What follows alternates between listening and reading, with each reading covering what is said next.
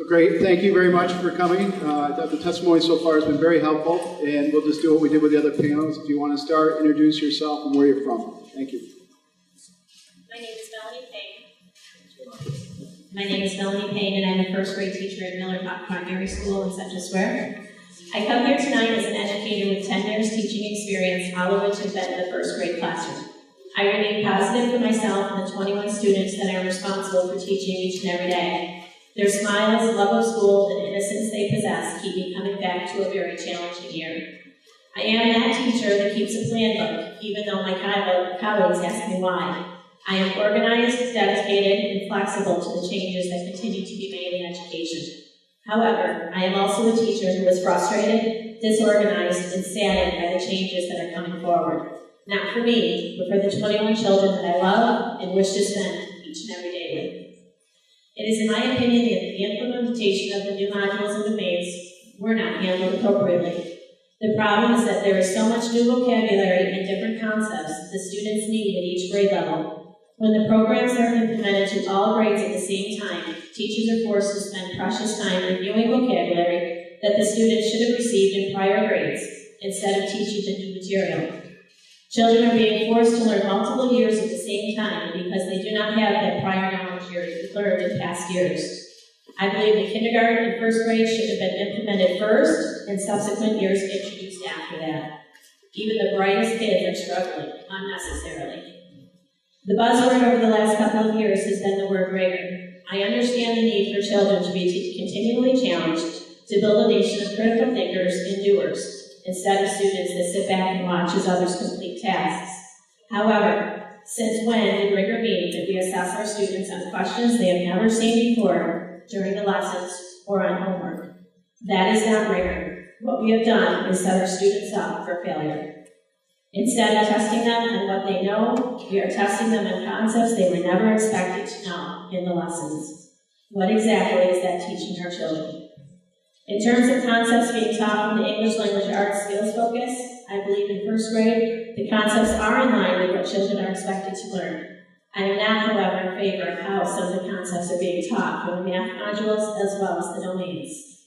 For instance, not only am I teaching my 6-year-olds about Mesopotamia, but about the 3 major world religions of Islam, Judaism, and Christianity. In secondary education, these topics are fine. But when half of my students can't tell me what state they live in, more concepts focusing on their own community, state, and country are warranted before expecting them to know the world thousands of years ago. I want to thank all the educators for their countless hours of hard work to get our children through this difficult time. You are truly amazing. Thank you also to the families for being advocates for our students. I am thankful each and every day that I teach in a school district that has realized the importance of teachers as professionals. No longer are we tied to the script of Common Core, but are allowed to look at the objective and tailor our lessons to the needs of our students. Thank you also to the legislators for allowing these very important voices to be heard.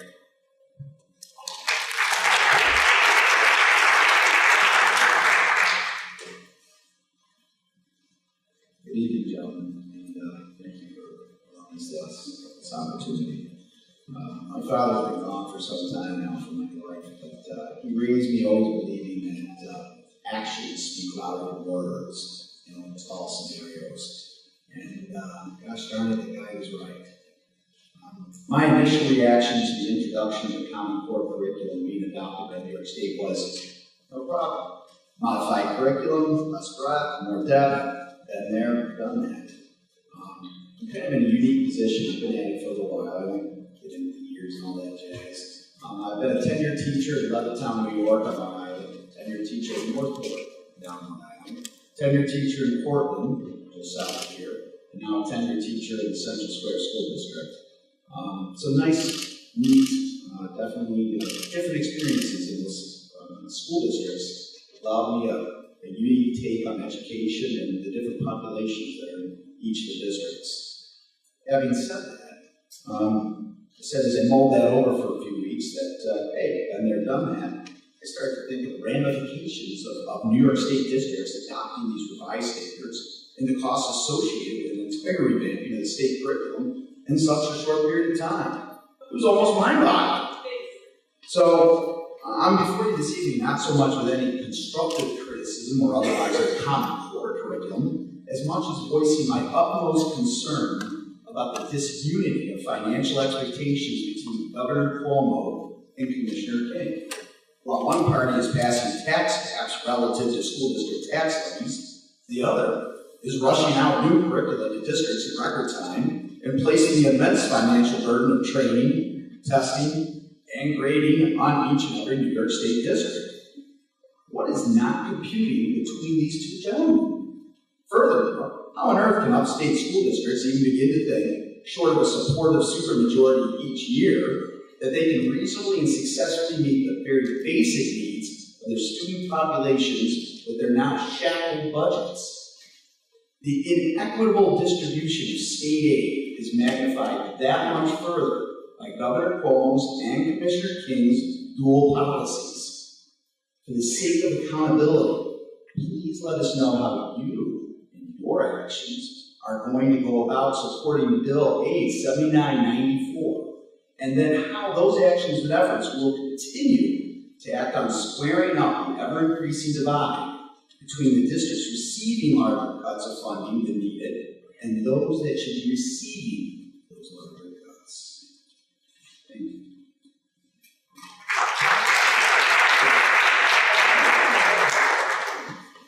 My name is Jason Glashauser. I teach here in Baldwinsville. I teach high school seniors in a course that allows for a lot of creative and creative thinking and critical thinking, and I'm thankful for the honor to teach a course like that. I want to thank you for coming and recognizing the need for dialogue in this subject. With the implementation of Common Core and thus APPR, teaching and feedback from administrators to teachers about their teaching has been altered, and not for the betterment of education. Under the old evaluation system, principals, as lead teachers, were entrusted with the responsibility of evaluating teaching and giving productive feedback for the classroom teachers to consider and effectively implement. Under this new system, principals have had their professionalism and talents questioned, as the new system is far too rigid and doesn't allow for meaningful dialogue between principal and teacher. Instead, the dialogue is now focused on an arbitrary rating system that principals are forced to place on teachers. Principals are asked to quantify something that was never meant to be quantifiable. We are educators who attempt to individualize instruction and inspire each child based on not just our individual skills and talents, but on their individual skills and talents. The new Common Core and thus APPR make us treat each individual child as if he or she were a product coming down the assembly line. Each product we deal with is different, and those differences need to be recognized and celebrated. Our principals should be there to help us celebrate those differences while also providing meaningful instructional support. They should not be assembly line taskmasters asked to assign productivity ratings to their workers. Don't allow this commissioner, who chooses a creative model of instruction that emphasizes freedom and independence for his own kids, to implement a rigid factory model of education for everyone else. Education is about sparking curiosity and lifelong learning. This commissioner's strong-handed approach effectively destroys that spirit. Thank you for coming.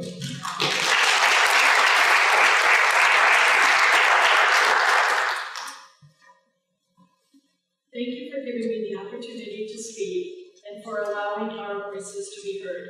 My name is Mary Ellen Allen, and I am a 6th grade teacher here in Baldwinsville. I'd like to take a moment to debunk some of the myths of Common Core. The first one I'd like to address is that the goal is college and career readiness. As already been discussed, I think we can all be in agreement that not all children are going to go to college, and they still need the skills necessary to perform and function in society. But the Common Core curriculum does not necessarily allow that to happen. The second myth I would like to debunk is that states led the effort to develop the Common Core. In fact, the Common Core was created in part by the National Governors Association, using money from the Gates Foundation with little or no input from teachers. The only quote-unquote educational experts were board members from publishing companies. If they were not adopted, no money would be issued from Race to the Top funds to school districts.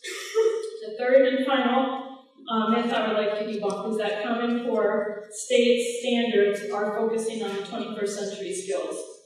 Many districts in fact, have had to cut important areas such as vocational, technical, art, in order to implement the unbearable financial implication of the Common Core. Problem solving, creativity, collaboration are all skills needed in the 21st century, but they are not taught and assessed using the computer-operated bubble test that we see it heading towards.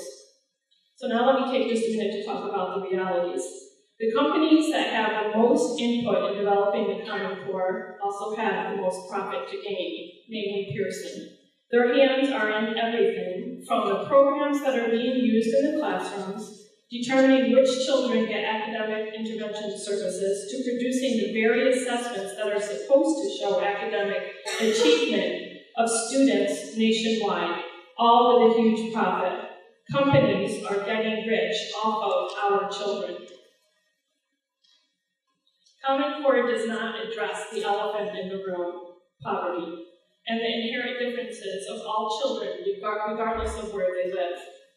40% of all children in poverty are not prepared for schooling.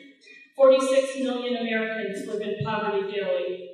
Dropout rates are 7 times higher for children living in poverty than their affluent peers. Low-income students are 4 years behind by the time they reach 12th grade. One teacher in such a district says, quote, "I have a class of 27 students. 5 parents are incarcerated. 3 students are homeless. 4 have no winter clothing, and 21 are on free and reduced lunch. They have bigger issues to worry about other than being college and career ready." The Common Core is the corporate takeover of our public schools. It is not a benefit system. Instead, it is a one-size-fits-all approach to educating our nation's youngest members. It is my job as an educator to embrace children for their uniqueness and foster their love of learning. Teaching Common Core allows for neither. Thank you.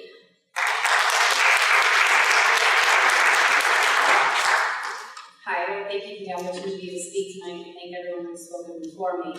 I don't have a prepared thing. I took some notes and then speak candidly, and I can only speak from my own experience. I have been teaching for 14 years, 9 of which was in 4th grade, and thereafter I was in 3rd. I'm also the mother of she's a college, or soon to be a college freshman next year. She's graduating this year from Baldwinsville, as well as I have a daughter in kindergarten. And my story is when I was first exposed to the Common Core standards and I was looking at them and exploring them. As a mom, I got very excited.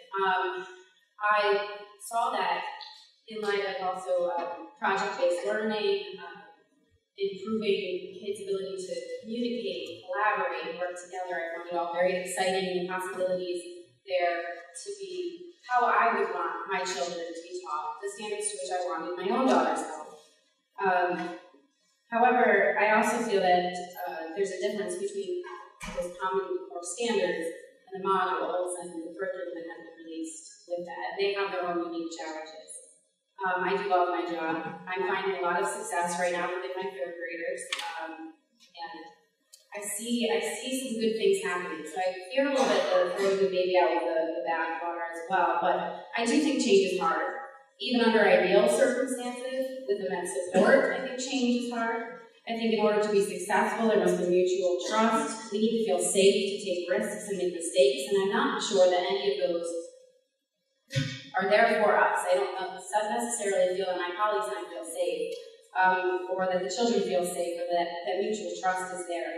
Our circumstances have been much less than ideal. I think due to high-stakes assessments of both students and teachers, there is a large amount of stress. I do also enjoy being evaluated. I do use assessments to drive my instruction, but I think tying those to a score and also having the negative consequences tied within them, it raises a level of fear amongst the parents, the students, the teachers, the school districts. It's hard to feel safe and comfortable to take risks and try something new when it's tied to those high-stakes testing. Also, recently I was also evaluated, and on our district we were having a conversation with, well, it's really hard for us to observe you teaching from the modules and to give you a 4. Because on those rubrics, the 4 demands the children have a say in what they're being taught, how they're being taught. It involves students, interacting and questioning things and kind of choosing the way that they want to approach the education. So really, project-based learning seems to be what was intended, I think, but teaching the Common Core as a script is that you can get a solid 3, but don't expect a 4.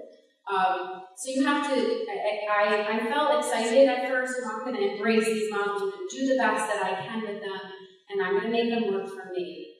My district is one that has said adopt, and it's sticking with the adopt, so I'm trying to make it work for my class and do what I can, and I am seeing some good things, but I also have to be willing to take the risk and make it work for my class, and I think that's why I'm seeing some good results, and also to, when I can, build in that project-based learning to make it work. So I think that there are some good things within the Common Core, but I think the things that are lacking are time, money, and then the ability to feel safe to take risks with our instruction and for our students to take risks with their learning and to feel that, learning can come from making mistakes, learning can come from failure, but we need to know that that's okay and that there aren't serious repercussions for, oh, you got a 2, my life is over, or my career is in jeopardy because, and just a little background, I do teach integrated co-teaching, so I'm in a classroom with inclusive children of all strengths and needs, and I think there's some good here, but I think what we are all feeling is a high level of stress. We don't feel safe, we don't feel supported, the level of trust is not there in this process at all. So, thank you.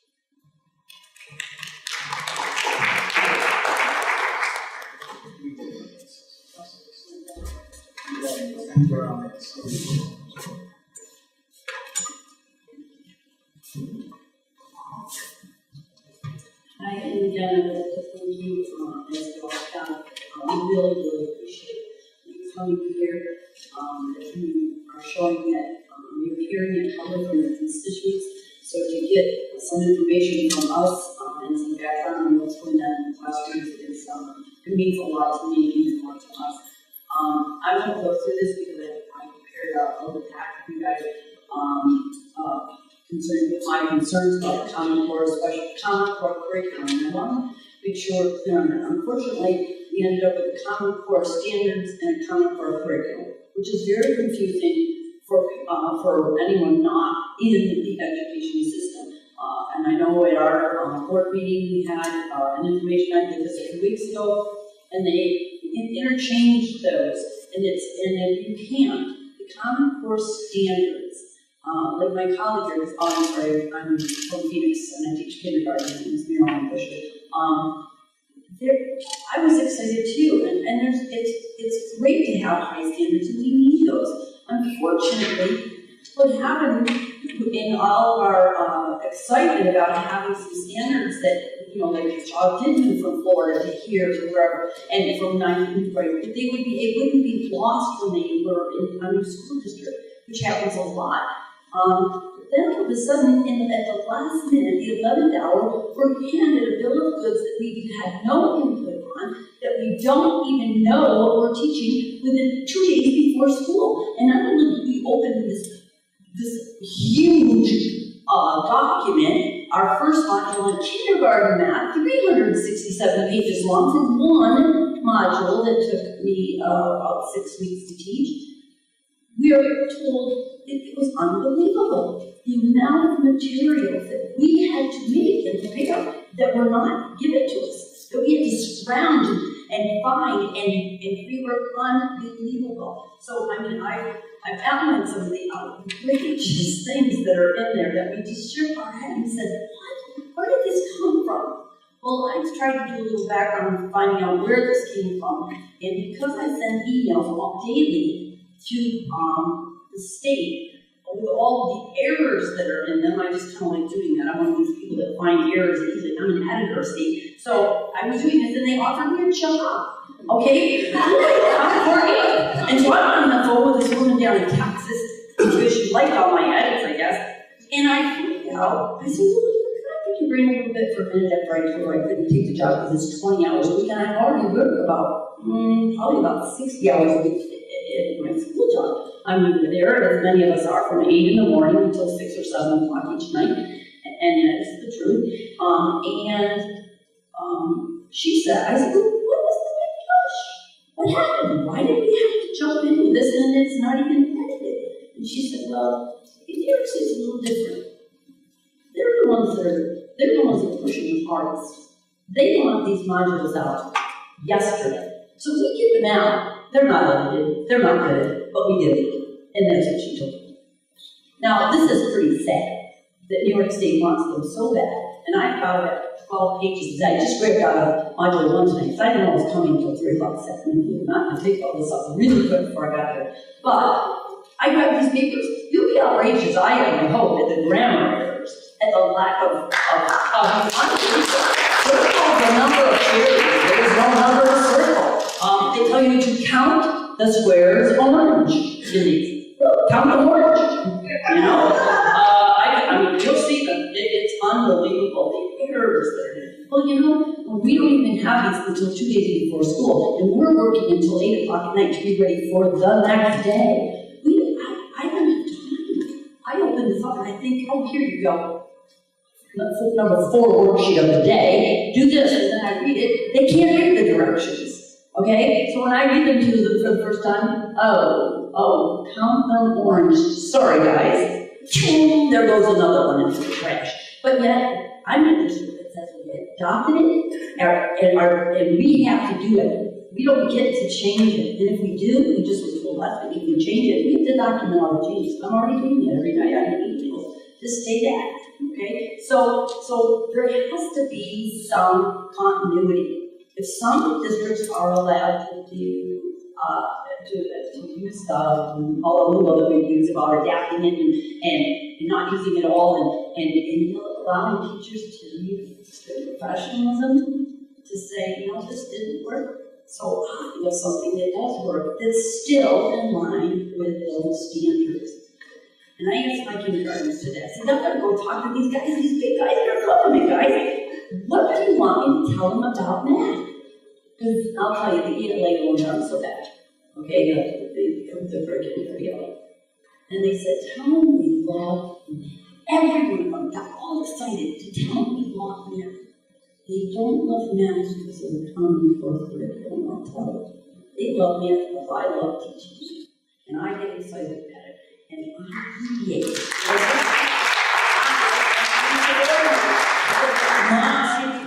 People from my district are here. I have fun.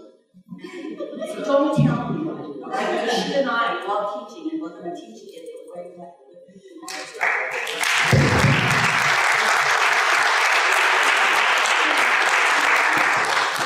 Yeah, since we let you guys ask some questions, we'll let these two ask some questions, but please keep it brief on this. Number one, you made some great points there, as did all of you, because there's something I think very ironic about the idea that this is supposed to standardize the curriculum every year, yet there's such a difference from district to district all over the state and all over the country in terms of, the ability you guys have to stray from, a module or do it a certain way or get creative with what you're teaching. That seems to me just very ironic, given that this is supposed to standardize things. But I believe it was you, Melanie, who spoke about the way in which it should have been implemented in terms of starting at a grade level and then, adding on year after year after year, which obviously makes perfect sense with something like this, because if you're teaching a sixth grader under the, we all know, false idea that they learned something in fifth grade, and fourth grade, and third grade, second grade, and we know that that's where all these standards come from. They're working backwards from a level to get to each grade level. So it really is destined to fail when it's just thrown out all at once. But I'm wondering if any of you can elaborate more on, you mentioned having to, teach vocabulary and things like that, that under an ideal world, they would have learned at the lower levels. I'm wondering if you can elaborate a little more. Is it just, vocabulary to understand a certain worksheet that's getting put in front of them, or is it, I would think, more foundational than that in terms of the knowledge you need to know in order to do the work that's being expected of students at any given grade level? I would ask my second. I know that it's more so in math than ELA. We see this happening, and I talk a lot with my fourth grade colleagues because they're constantly like, what are you doing today? How does it relate to what we're doing? So a lot of it is the strategies. I remember, a number bond. When I first said, what's a number bond? I had to Google what a number bond was because I didn't know it. It wasn't in the module. The first module I received to teach last year was module 3. So I guess number bonds was introduced summer before that. It wasn't anywhere in my module explaining what it was. So, for example, number bonds, I think start kindergarten. They start in kindergarten. And I know that in a lot of the measurements and capacity and things, the fourth grade teachers have done this before them, and it's acting like the kids have knowledge. It's, oh, I'm doing that now. So there's some things that I think that are also skill-based as well as strategies for how to solve the problems that they will have received throughout that perhaps will help later on. It makes it very difficult when you're starting in the middle. One thing that I would like to address as a parent, I have a child who's also in 6th grade, and we had a conversation just recently about math. And the math program that the district uses is a Pearson-run program. Imagine that. And the Pearson program directly aligns with the state assessment, is also made by Pearson. And the goal is for the teachers in the district that are using this to get through a certain amount until the state assessment comes. The problem is they have so much curriculum to teach that they can't really teach. They have a minimum of days, usually 1 or 2, and then they rush on to the next topic. And her response was, who says that they have to do that? Aren't they supposed to be there for us, to teach us, until we understand what's happening, and then go on to the next topic? Who says that they have to teach all of this? And as a parent, I'm sitting there saying, you know what, that's a really good question that I can't answer. And I'll tell you who says they have to teach it. It's the state commissioner and the governor who's saying they have to teach it. But she does not understand because she is not doing well in math. She's 15 points under her other grades in math solely because the teacher cannot take the time to stop. And we have wonderful teachers, wonderful teachers teaching them. And my daughter is not alone. As a teacher in the school, every parent-teacher conference that we get, math is brought up. And math is brought up as to why can't they just slow down and teach? And our response is because there's a curriculum that has to be taught because that's what the state ed says needs to be taught. And as a parent and as an educator, it's shameful.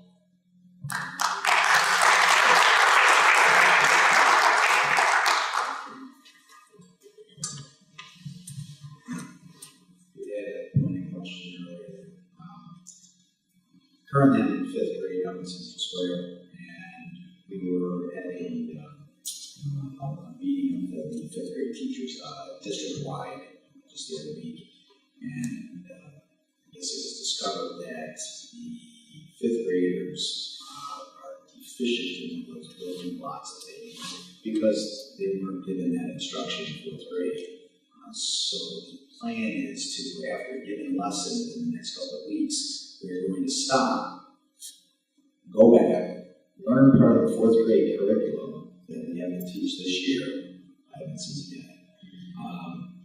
Take about a week and a half worth of instruction time, filling in 4th grade instruction, and then pick back up where we left off with the 5th grade curriculum. Now, we're already time crunched. We're going the next 8 to 10 days, going back and doing a fill-in, if you will, a skill they're going to teach or possibly be tested on that they have So again, it's that idea of we have a hierarchy of learning and testing now we're putting in place with no foundation blocks underneath, waiting for it to all fall in. In kindergarten, I have to test them. Mid-module and end-module, I just don't have the luxury of taking time to work with kids that don't understand or don't, that need that foundation. Because even in kindergarten, they are basing it on the fact that every child went to preschool and had the common core curriculum to preschool. It's the truth. They expected and they already knew how to write all of their numbers 1 through 10. None of the kids knew how to write their numbers 1 through 10 in my house. I had to stop and teach them. But I had 180 days worth of lessons, and I had to take out a test. They have not only a module test and an end-module test, they have a midterm in kindergarten, and that's not just Phoenix, it's all the schools, and a final exam in ELA, and 2 strands of ELA, and math in kindergarten.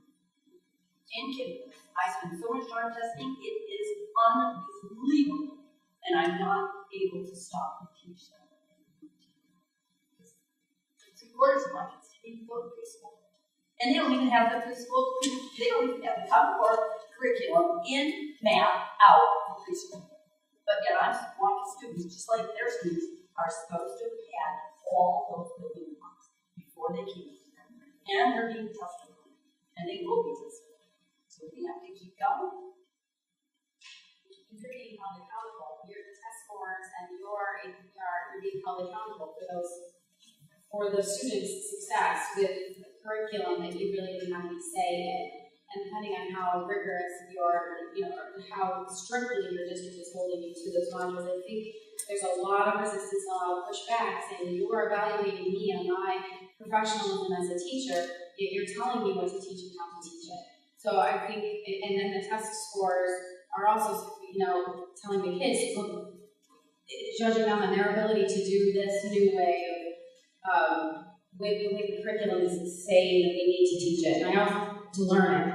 And I also think there's a lot of resistance from the teachers as well, with the students' test scores being tied to their APPR when they're being told what to teach, how to teach it, and that the kids should be able to master it. You're not given a lot of flexibility to meet the needs. And I think the good teachers are. I think in the classrooms, behind those closed doors, the good teachers that I have known, that we all work with, they are making it work. They are modifying for their students. They are adapting when they need to adapt for those students. There's just a lot of resistance and lack of trust. Great, thank you very much.